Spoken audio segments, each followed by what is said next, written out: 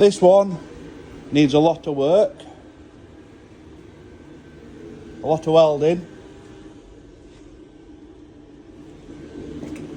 but this one's a bit different. Battery in the boot, does that give you a clue? Like I say, it needs a lot of welding, sills, under bonnet, but she has a turbocharger. So this one is a Series 2 RS turbo engine, and the first job today is to get the car running. We need to put a radiator in it because there were an aluminium one in that were just hanging on with tie wraps. So we're going to put a radiator in it, get it running, and then decide whether we're going to restore it with this engine in it, or if we're going to restore it and put an original engine in it. What's your guys' thoughts? Let me know in the comments. What I'm wanting to do today is try to sort out some of the bodgery that's been going off. For example,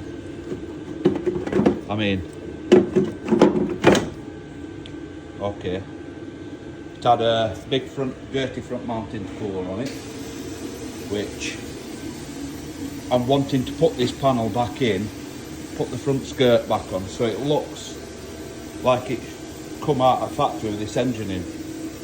So the process today is I'm going to try somehow fitting the radiator. I've got this Series 2 turbo intercooler, and then obviously I've got a fan, shed load of pipes. So the aim of this today is to try to get this engine running with the radiator and intercooler in place. And then I want to start stripping it, every nut and bolt off the car, and start the restoration progress. Right guys, so as you can see, we've now got the radiator and intercooler mounted into position where I think it will sit alright. So there's a slight kink in this pipe. I need to adjust. I might need to trim the pipe to take the kink out of it, but I think I can make that work. It just sits proud of the headlight, so I'm gonna have to sit the headlight in and see if it clears that. Same with the intercooler to that side, but to me that's looking so much better and it fits in. So we should be able to re-put this piece back in, make that look factory, refix all that cut out there to make that look factory, which will allow us then to put that skirt on.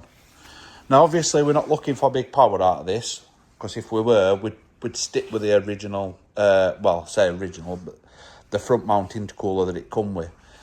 So this is why I've chose to go for the Series 2 intercooler, because it does seem to sit in there a lot better. I think we can make it work, guys. Obviously the radiator's going to go here, and then it needs this panel fixing. So they just made a massive mess of it, and I understand why they did it, because they put a front mount intercooler on it.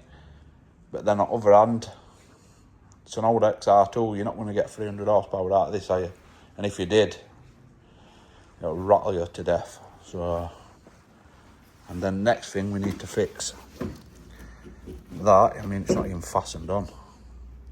So I think I'm gonna put an original fixing in there, and then there's two down either side, which I'm gonna drill through chassis.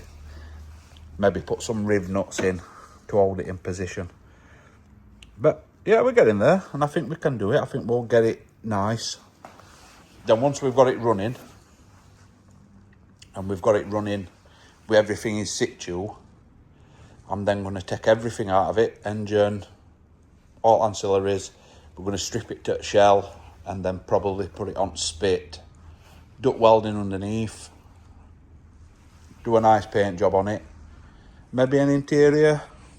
I've got a couple of spare Recaro seats what we could put in front, and I've retrimmed. I don't know yet, we'll have a look.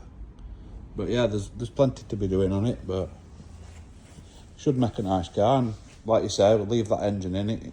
It's a bit different, isn't it? Guys, a little update. Progress has been done today. So intercooler's in. We've got rad in. Made a bracket for rad. Just sit there. Hot pipe works on for radiator. And we've started putting the front panel in.